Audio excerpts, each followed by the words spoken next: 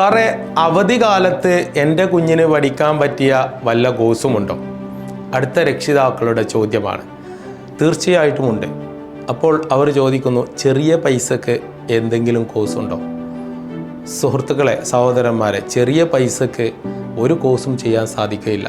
കാരണം computer കോഴ്സുകളാണെങ്കിൽ computer work ചെയ്യണമെങ്കിൽ current വേണം.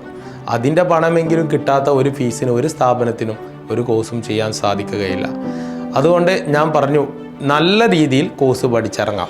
അവധിക്കാല കോഴ്സാണെങ്കിലും ഈ അവധിക്കാലത്തെ പ്രയോജനപ്പെടുന്ന രീതിയിൽ, ഉപയോഗപ്പെടുന്ന രീതിയിൽ ഒരു സ്കില്ല് നമുക്ക് ഡെവലപ്പ് ചെയ്തെടുക്കാം. ഇതാണ് ഏറ്റവും ബെറ്റർ ആയിട്ടുള്ള ഓപ്ഷൻ എന്ന് പറഞ്ഞു കൊടുത്തു. എന്നാൽ അവരുടെ മറുപടി ഇതാണ്: താൽക്കാലികമായിട്ട്, ശ്രദ്ധിക്കണേ, താൽക്കാലികമായിട്ട് മൊബൈൽ ഉപയോഗിക്കുന്നതിൽ നിന്ന് ഒന്ന് രക്ഷപ്പെട്ടാൽ മതി.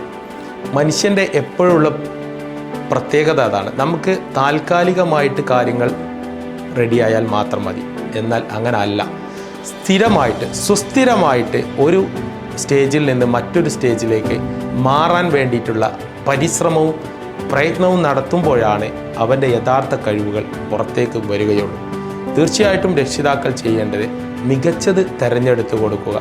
ഏറ്റവും നല്ലത് നമ്മളുടെ മക്കൾക്ക് തിരഞ്ഞെടുത്ത് കൊടുക്കുക. പണം പിന്നെയും നമുക്കുണ്ടാക്കാം.